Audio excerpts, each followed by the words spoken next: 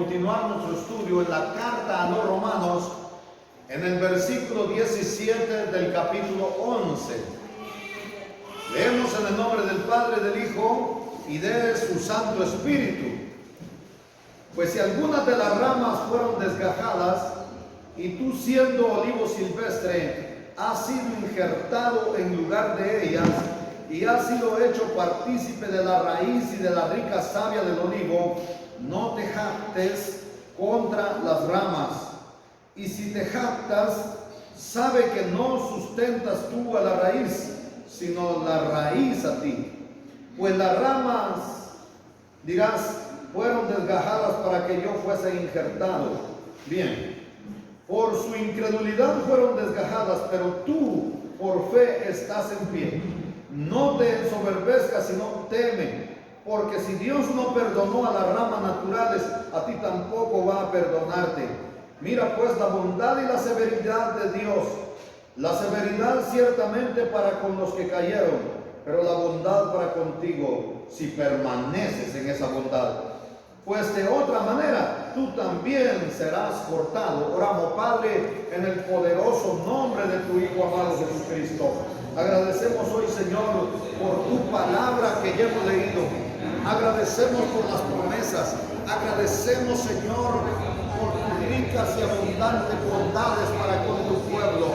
Agradecemos, Señor, por habernos alcanzado por gracia y por tu misericordia, habernos adherido al cuerpo de Cristo, a este cuerpo, Señor, que tú sustentas. Bendito sea, Señor. Gracias por tu sacrificio y gracias por el perdón de los pecados. Hoy en el nombre de Jesús atamos al hombre fuerte, lo echamos fuera y a toda fuerza maligna. Nos declaramos libres por el poder de la palabra de Dios, por la sangre de Cristo que nos cubre. Rogamos que nos ilumines con tu Espíritu Santo. Tu palabra, Señor, nos instruya, nos corrija hoy, nos llena de esperanza. Bendecimos a todas las personas que verán y oirán esta palabra en el futuro y a todas nuestras familias. En el nombre de Cristo Jesús. Amén.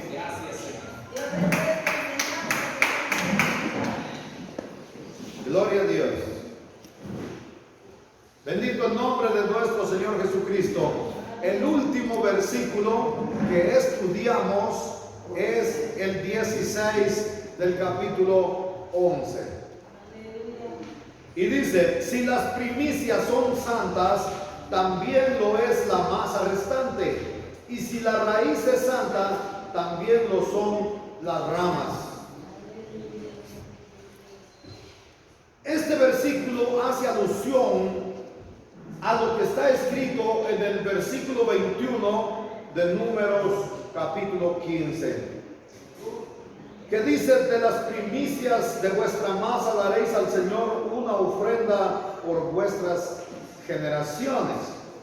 Es decir, una parte de la masa que se usaba para hacer el pan era ofrecida a Dios como señal de que toda la masa era aceptada, era aceptable, era buena. La primicia evidentemente se refiere al origen de la nación de Israel, y las primicias son Isaac y Jacob, y es probable que entren ahí los 12 patriarcas de las 12 tribus de Israel. Sin embargo, la raíz, porque está diciendo aquí que si las primicias son santas, Isaac y Jacob, pero habla también de la raíz. Entonces la raíz es Abraham y las ramas es Israel. Entonces vamos a continuar en el versículo 17, que continúa hablando de esas ramas. Si la raíz es santa, también lo son las ramas. ¿Quiénes son esas ramas? Y a ver si todas esas ramas son santas.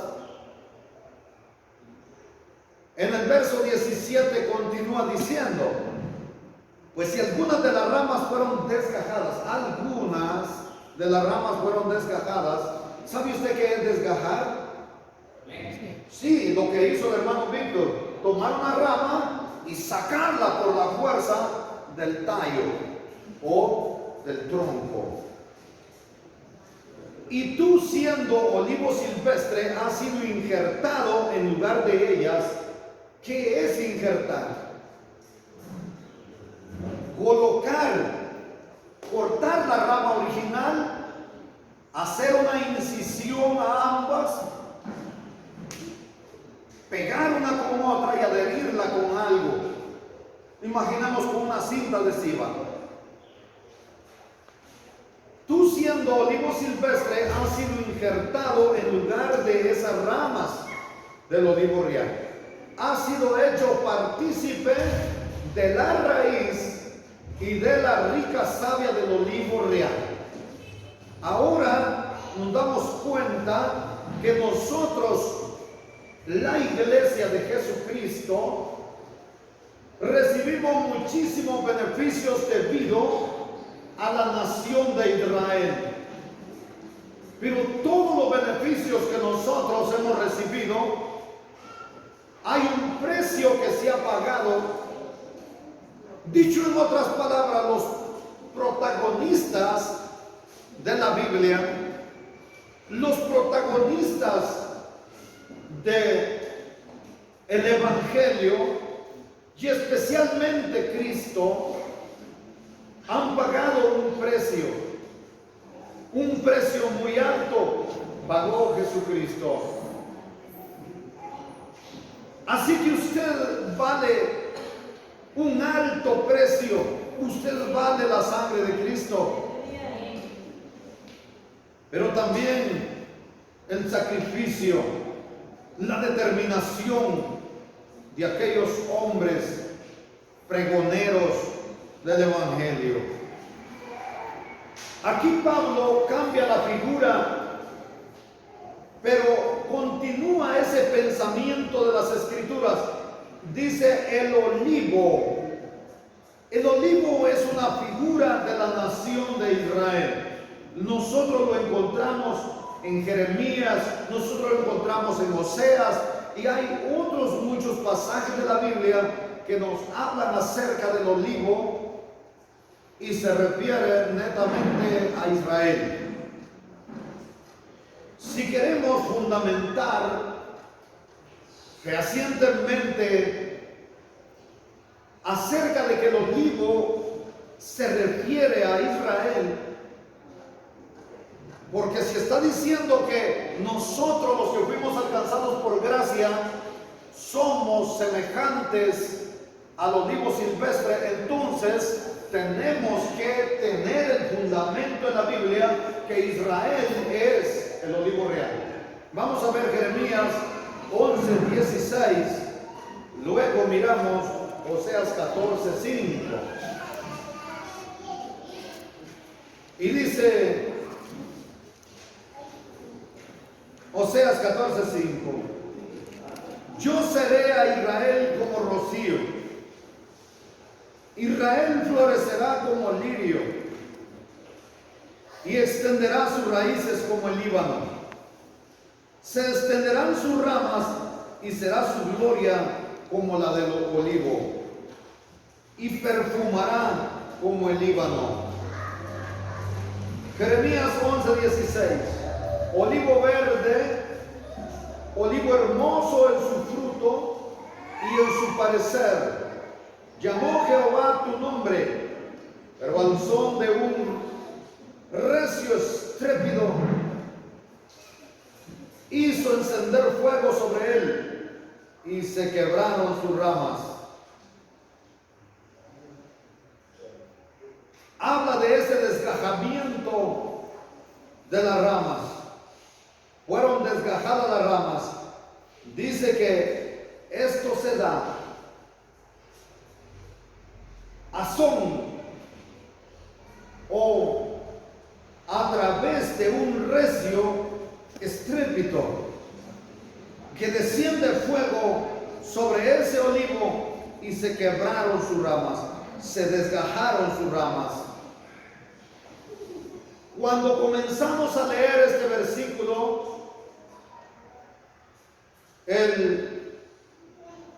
el 17 dice, pues si algunas ramas fueron desgajadas, no dice todas las ramas. Esa expresión también merece que hagamos exégesis sobre ello, que hagamos interpretación. Algunas de las ramas se refiere a la nación de Israel en los tiempos de Pablo, pero continúa también en los tiempos de la iglesia presente. Dicho en otras palabras, en nuestro tiempo o en el tiempo de nosotros, la iglesia de Jesucristo. Ahora Pablo se dirige a los no judíos, se dirige a los gentiles convertidos a Cristo y hace referencia diciendo que parece la iglesia que ha recibido a Cristo, los no gentiles, los no judíos que hemos recibido a Cristo, parecemos un olivo silvestre. Cuando vemos este versículo, encontramos la relación bíblica que existe entre Israel y la iglesia de Jesucristo.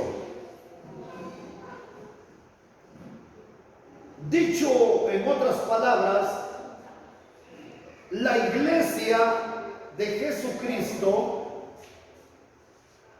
que es cada hombre y cada mujer lavado con la sangre de Cristo, por cuanto en su momento le reconoció y le recibió como su único y suficiente Salvador, es entonces un olivo silvestre injertado en el tallo del olivo real.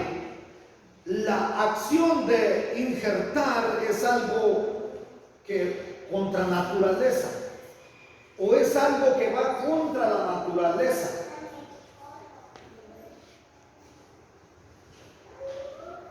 No es como originalmente Dios lo creó. Los mangos, por ejemplo, usan cualquier tronco de mango, lo cortan y traen la rama de un mango bueno y lo colocan en el tronco de un mango ruin, por así decirle. Uno no selecto, uno no escogido, puede ser cualquiera, y lo injertan. Entonces los frutos son del buen mango, y la raíz del mango no selecto solamente sustenta a las ramas.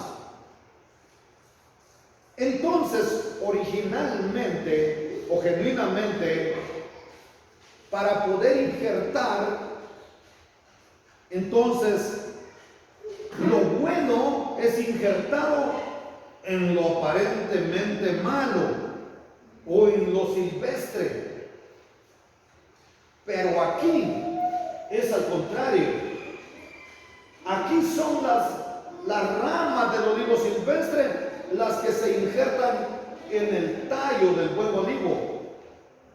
¿Y por qué? Porque estamos hablando de la gracia de Dios a través de Jesucristo, lo cual es contrario a la apreciación puramente natural. Así que podemos decir que las bendiciones que usted goza y todos nuestros hermanos en el mundo entero proceden de Abraham, que es la raíz, por la gracia de Cristo, que es el tronco. Y eso Él lo dijo: yo soy la vid verdadera y ustedes son los pámpanos, ustedes son las ramas. Pero por si hubieran dudas, esto debemos fundamentarlo a través de la palabra de Dios. Gálatas capítulo 3 versículo 6 hasta el versículo 9. Así creyó a Dios Abraham y fue contado por justicia. Dice Pablo en el 7: Sabed por tanto que los que son de fe, estos son hijos de Abraham. Y la Escritura, previendo que Dios había de justificar por la fe a los gentiles, dio de antemano la buena nueva a Abraham, diciéndole: en ti serán benditas todas las naciones de la tierra. De tal manera que los que son de la fe son bendecidos con el creyente Abraham. Y si vamos hasta el versículo 29, sigue diciendo: y si vosotros sois de Cristo, quiero detenerme aquí, ¿ustedes son de Cristo? Amén. Oiga lo que dice la Biblia: y si vosotros sois de Cristo, entonces, ¿quién eres? Oiga lo que dice la Biblia: ciertamente linaje de Abraham sois y herederos según la promesa. Si usted dijera: aún me queda duda de que sea Abraham la raíz y que Cristo sea el tronco o el tallo, entonces usted tendrá que ir a Isaías capítulo 11. Solo en el versículo 1 despejamos nuestras dudas, si existieran. Oiga lo que dice: saldrá una vara del tronco de Isaí y un vástago retoñará de sus raíces. Entonces está hablando de la raíz de Isaí, el padre de David, y a Jesús le llamaban hijo de David, aunque ustedes saben que es por obra del Espíritu Santo, concebido sin pecado, porque la Biblia lo dice, ¿verdad? Entonces ahora tiene usted bien claro lo que dice el versículo 17, ¿verdad? No me convencen, ustedes no entendieron. Entonces voy a explicar nuevamente el versículo 17, porque yo no voy a pasar del versículo 17 hasta que usted entienda lo que nos está diciendo la palabra de Dios. Vuelva entonces al verso 17 y repetimos esto. Voy a explicar con otras palabras el verso 17 entonces de Romanos 11, sin tanto fundamento. Vamos a ver. Pues si algunas de las ramas fueron desgajadas y tú, siendo olivo silvestre, has sido injertado en lugar de ellas, esto se refiere a los creyentes en Cristo. Tú fuiste insertado y has sido hecho partícipe de la raíz. Esto es participar de la bendición de ser bendito en la simiente de Abraham y de la rica savia del olivo. Bueno, dijimos que el olivo es símbolo o es figura de Israel, y el olivo silvestre representa a la iglesia de Jesucristo, y la iglesia de Jesucristo somos nosotros. Oh, allí vamos bien. Dijimos también que todas las bendiciones que la iglesia goza, dicho en otras palabras, que ustedes y yo como iglesia de Cristo gozamos, que tenemos, están arraigadas en el hecho de que Dios llamó a Abraham, y las promesas dadas a Abraham pasaron a Isaac y luego a Jacob, y surge la nación de Israel, y así somos benditos los que por la gracia de aquel que fue enviado primeramente a las ovejas perdidas de Israel, y que ellos son por los que vino, ellos los suyos no le recibieron, entonces nosotros que le recibimos nos dio potestad de ser hechos hijos de Dios.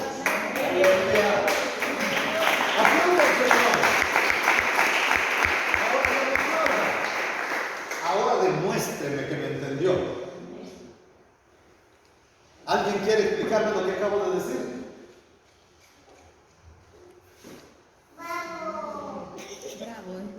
Muy bien. Además de eso, está diciéndonos que de Israel Dios envió a Jesucristo, nuestro Señor y Salvador, y así fuimos alcanzados nosotros por la gracia de Cristo, y nos fue dada potestad de ser hechos hijos de Dios por la adopción del Espíritu. Ahí sí estamos bien, ¿verdad? Hoy sí comprendieron. Entonces vamos al 18. no te jactes contra las ramas. Y si te jactas, sabe que no sustentas tú la raíz, sino la raíz te sustenta a ti. Pues las ramas, dirás, fueron desgajadas para que yo fuese injertado.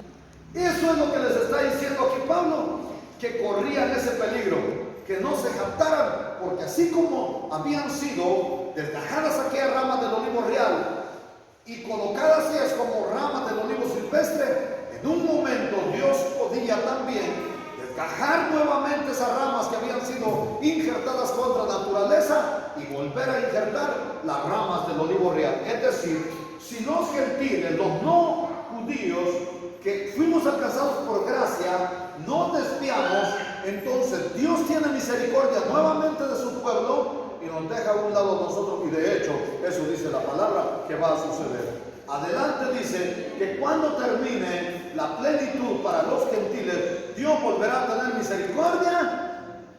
¿De quién? ¿De quién?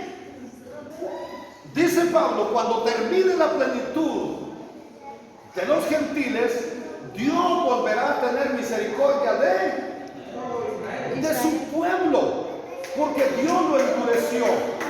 Dios lo endureció para que le rechazaran, pero a través de la incredulidad de ellos, en el rechazo de ellos, entonces Dios nos alcanzó a nosotros. Pero este es un periodo de gracia, y cuando termine esa plenitud, Dios vuelve a tener misericordia de ellos. Así que mucha gente está esperando en vano.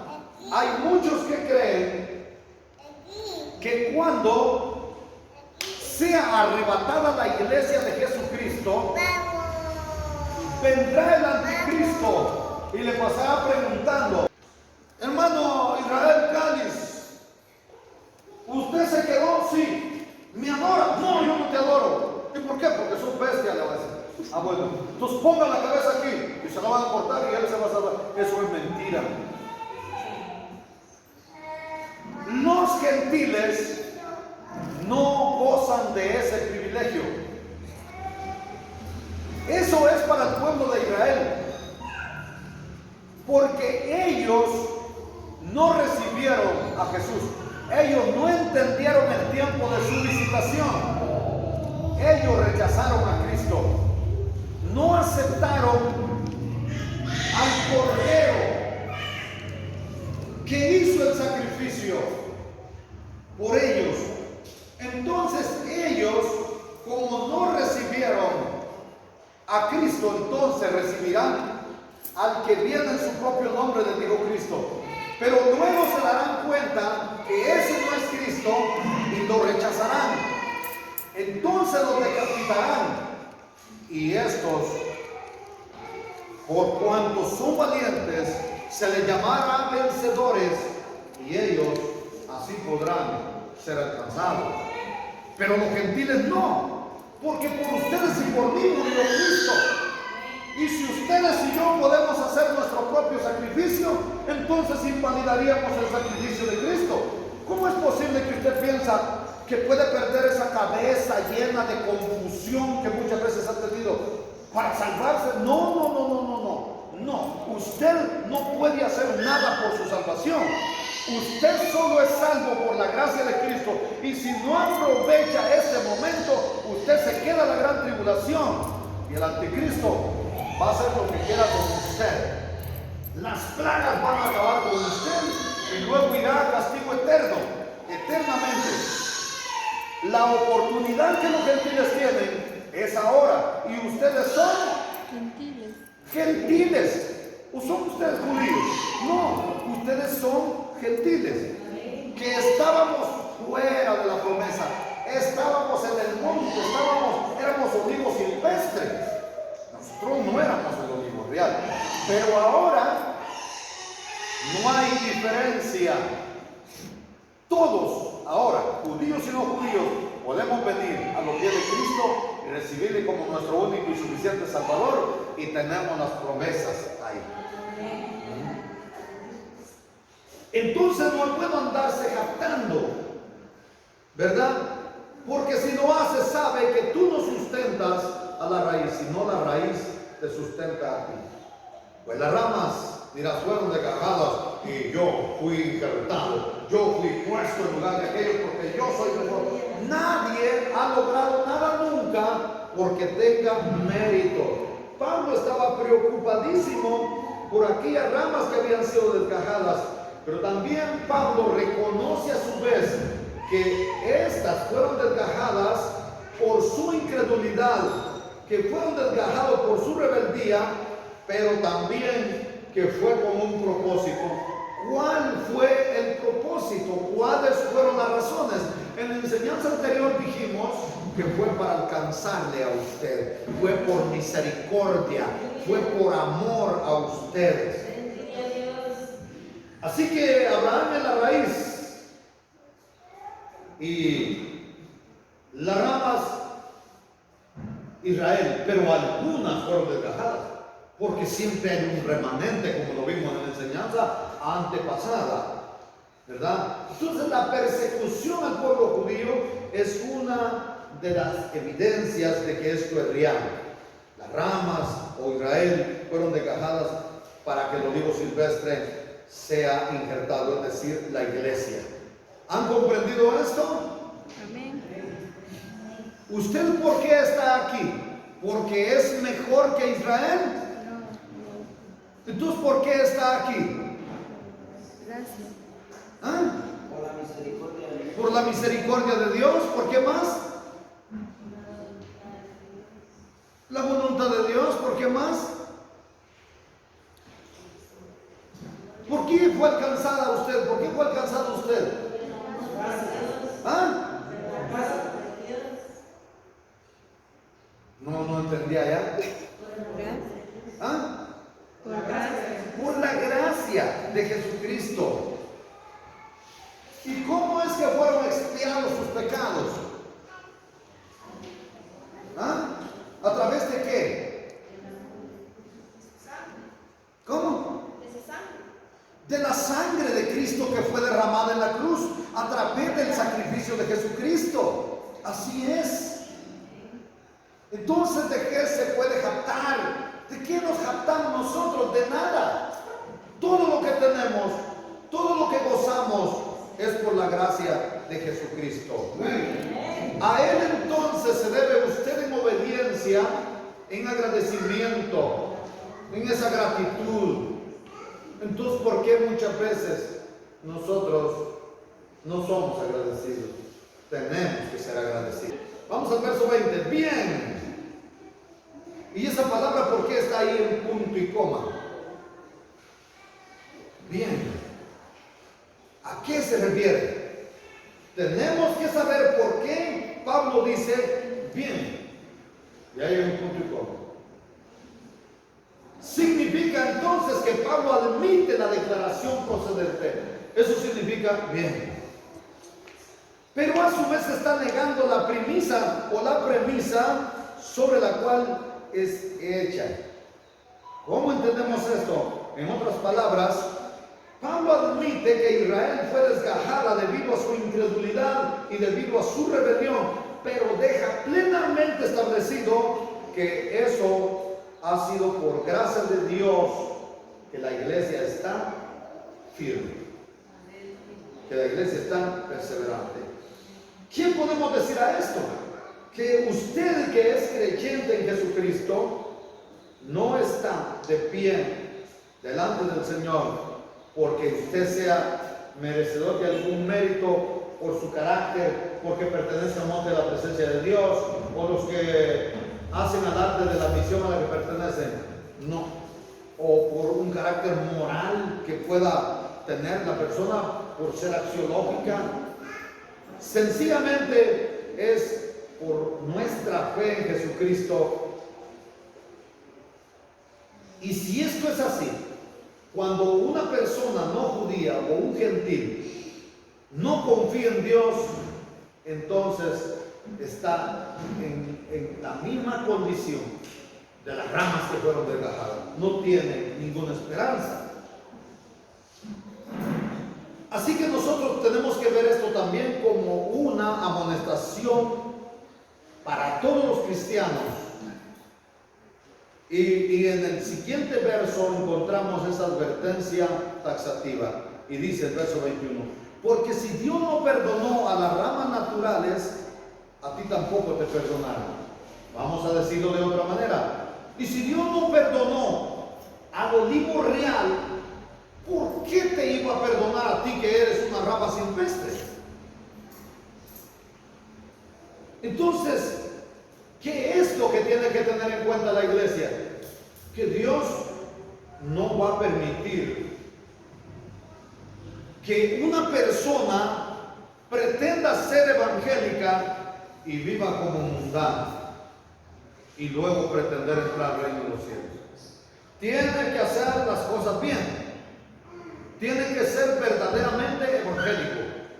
Tiene que creer, confiar en el Señor y seguir las directrices del Rey. Los estándares del Señor son muy altos.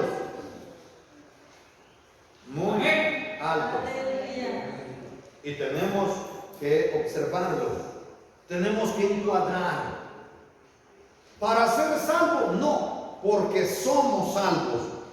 Usted no va a llevar una vida axiológica, una vida moral, una vida en santidad para ser salvo. No, la debe llevar porque usted es salva, porque usted es salvo por lo que Cristo hizo en la cruz. Ahora, ¿yo puedo hacer algo para ser salvo? No, todo lo ha hecho Cristo. Yo solamente debo apegarme a los estándares del Señor porque soy salvo. Y si no me apego, entonces pierdo. ¿Qué pierdo? Una salvación tan grande que Él ya me ha otorgado, porque somos salvos por fe y gracia. ¿Verdad? Entonces, no debemos salirnos de esto. Siguiendo ese mismo razonamiento, si Dios no perdonó al olivo real, tampoco perdonará a una iglesia que está o que cayó en apostasía. ¿Qué es una iglesia que ha caído en apostasía? Porque dice, no vendrá hasta que no se presente, o mediante no se presente, o mediante no venga, o hasta que venga, según la versión que usted lea, la apostasía. ¿Qué es una iglesia apóstata? Hablemos de la religión tradicional, por ejemplo. Antes, la iglesia tradicional, ¿cuándo cantar un himno o una alabanza que cantaba la iglesia evangélica? No, tenían sus propios himnos, sus propias canciones de tontos y cantaban. Pero luego, hay un papa que les dijo, miren, ustedes ya se están acabando, ya no hay casi membresía de la religión tradicional. ¿Y qué es lo que ha pasado? La iglesia protestante nos está terminando. Entonces hagan ustedes como hacen ellos, canten como ellos, oren como ellos, pero no se conviertan a ellos. Entonces surge el movimiento carismático. Y hay un pequeño grupo, pero había un problema entre ellos, entre la religión tradicional y entre el movimiento, la renovación carismática. Entonces, ¿qué dijeron? Seamos todos carismáticos, toditos el mundo entero, e imitemos a los evangélicos, y empiezan a cantar. Antes ellos nunca hablaban de Jesucristo, negaban a Jesucristo, y luego ellos ahora dicen, nosotros somos cristianos, nosotros somos cristianos, nosotros creemos en Cristo. Entonces apostataron, salieron de la fe que tenían y se adhirieron parcialmente a nuestra fe, pero no se convirtieron. Esa es una iglesia apóstata. Obviamente, de todas formas, en su fe que tenían se iban a perder. Y ahora que están ahí como medias tintas, también se van a perder. Porque no es mediante una religión, no es mediante un rito, mucho menos practicando, oiga, actividades o culto que viola los mandamientos de Dios, que se salva la gente. Es siguiendo el camino de Dios, y el camino es Cristo. Dicho en otras palabras, ¿se recuerdan ustedes cuando Elías está en el Monte Carmelo y llama a aquellos 450 profetas de Baal que tenían su fe genuina en Baal, y les dice, hoy ustedes van a apostatar de Baal. Van a renunciar, van a salir de la fe que tienen en él. Porque quien responda, ese va a ser Dios. O Jehová, Dios de los ejércitos, a quien yo voy a invocar, o Baal, a quien ustedes van a invocar. Si Baal responde con fuego, entonces él va a ser Dios. Inclusive lo tendría que ser de Elías. Pero si no respondía él, y es Jehová que respondería como lo hizo, gracias al Señor, ¿verdad? Entonces aquellos apostatarían, saldrían de esa fe y entrarían en la fe genuina de Dios. ¿Comprenden lo que es apostatar? Abandonar la fe y entrar en otra. Mantener toda la apariencia de estructura y organización, pero carecer de una vida espiritual, de una relación vital o una relación genuina con Cristo. Eso es apostatar. ¿Cómo podemos evidenciar la apostasía hoy en determinadas misiones o congregaciones? La iglesia evangélica. Muchos predicaban acerca del arrebatamiento de la iglesia y ahora dicen no existe arrebatamiento. Muchos esperaban ese advenimiento de Cristo y dicen Cristo no vendrá. Eso es apostatar. Eso es apostasía. Significa salida. Muy bueno.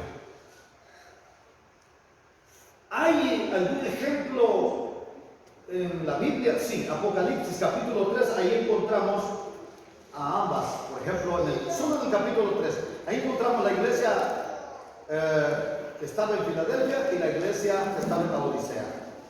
Una es apóstata y la otra es la genuina. Encontramos, digamos, a la Odisea en el versículo 14 al 22. Y dice que esta sufriría la gran tribulación. Pero del versículo 7 al versículo 13 encontramos la iglesia de Filadelfia. Y dice en el versículo 10 que esta gozaría de un privilegio que no gozaría aquella.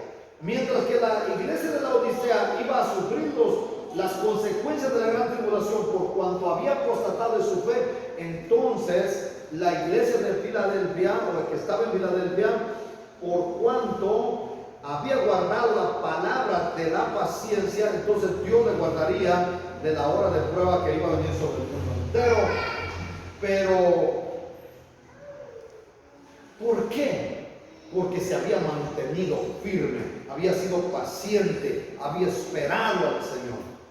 Entonces el Señor le promete que iba a guardarla del tiempo terrible de tribulación que venía para el mundo entero. Esto lo hallamos en el versículo 10 del capítulo 3. ¿Existe la iglesia de la Odisea? ¿Por qué ser una figura en esos tiempos? Sí, es la iglesia apóstata.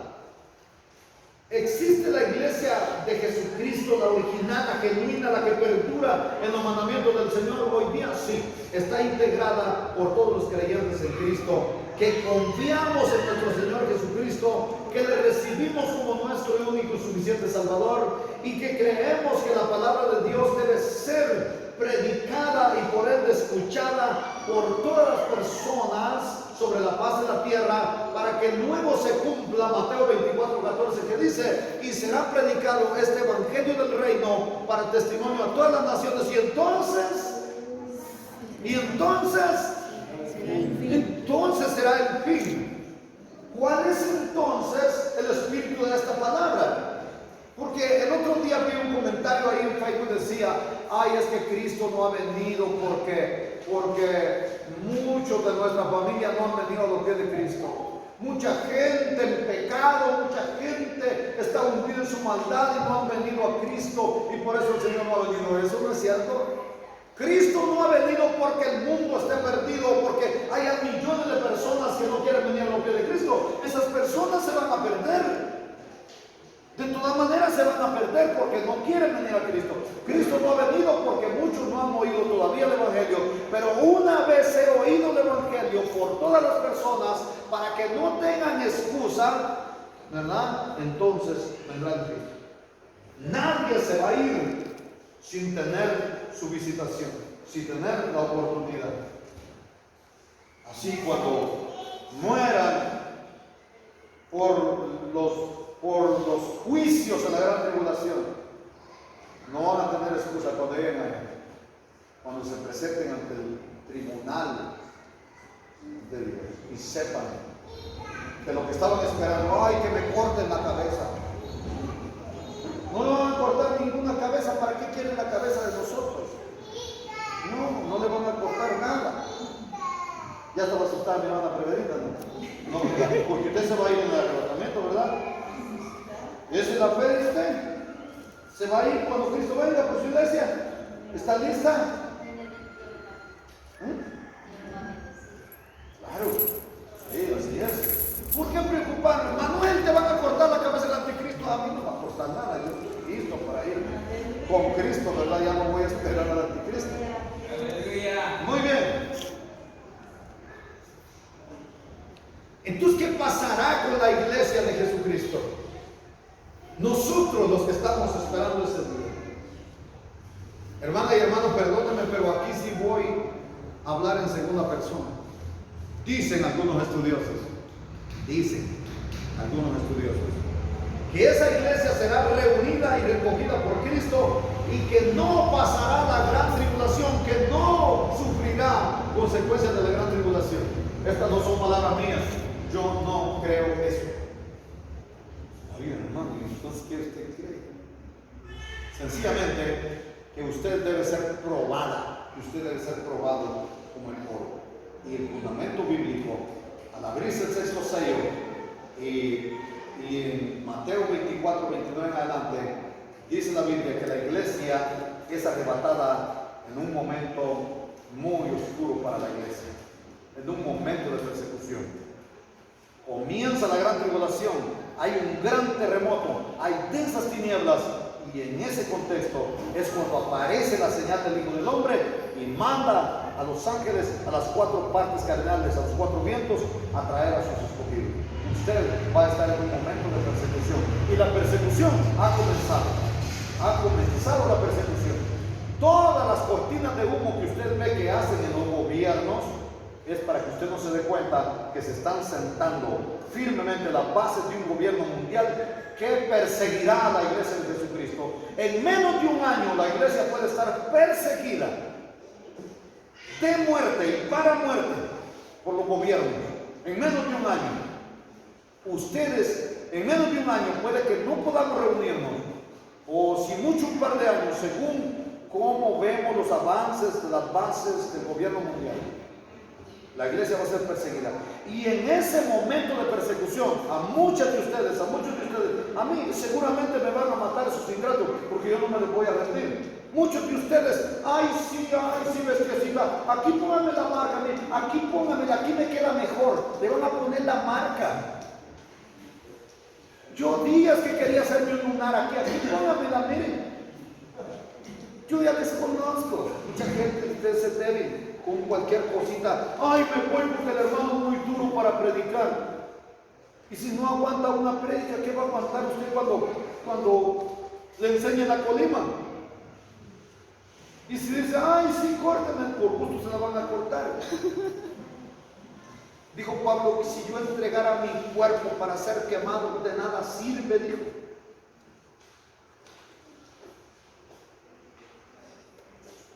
Quieren hacer sacrificio, cualquier loco lo hace como uno por ahí, pero de nada sirve.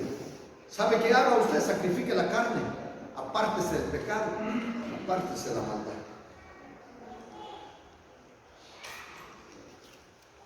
Así que hermanas y hermanos, si ustedes pertenecen al cuerpo de Cristo, si ustedes de los redimidos por la sangre de Cristo, como dijo mi hermana Andreita, si usted ha compartido y vive espiritualmente en la victoria de la resurrección de Cristo, si está firme en esa fe, ahora disfrutemos de las bendiciones y de la fortaleza de la palabra de Dios,